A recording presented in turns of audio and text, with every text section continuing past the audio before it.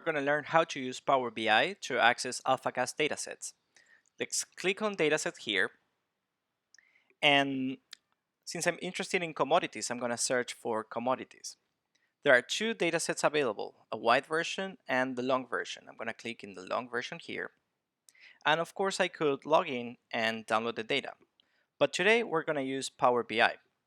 So under Power BI, I can click on Get Data, and it will offer different versions or different sources where I can get data from. Let's scroll down and select Blank Query and click Connect.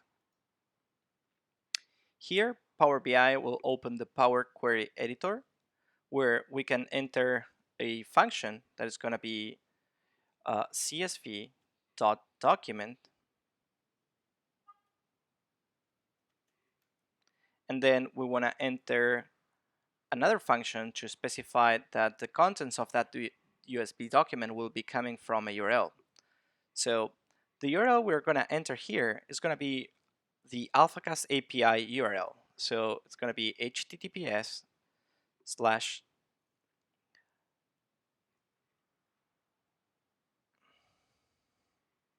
charts.alphacast.io slash API slash datasets slash the ID of our dataset. Notice that the URL is very similar to what the browser was showing before. So it's the same domain, charts.alphacast.io. Now we're adding slash API, then it's datasets slash the ID, and then .csv to indicate what's going to be the format we want that data. So since this is the first time that we are entering this URL, Power BI is asking me to enter my credentials. So we're going to click on Edit Credentials. And now we're going to select Basic Authentication. And we're going to enter our Alphacast API key. If you don't have an API key, please contact us and we'll be happy to provide one. Click in Connect. And now Power BI will download data for the first time. Notice that the first row of the CSV file are really the columns, so we can click on Use First Row as headers. So now Power BI is promoting that first row as the column names.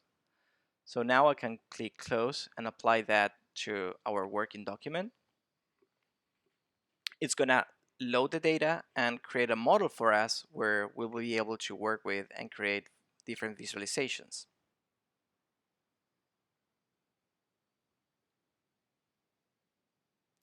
So we're going to pick a line chart and we're going to select our years for our axis.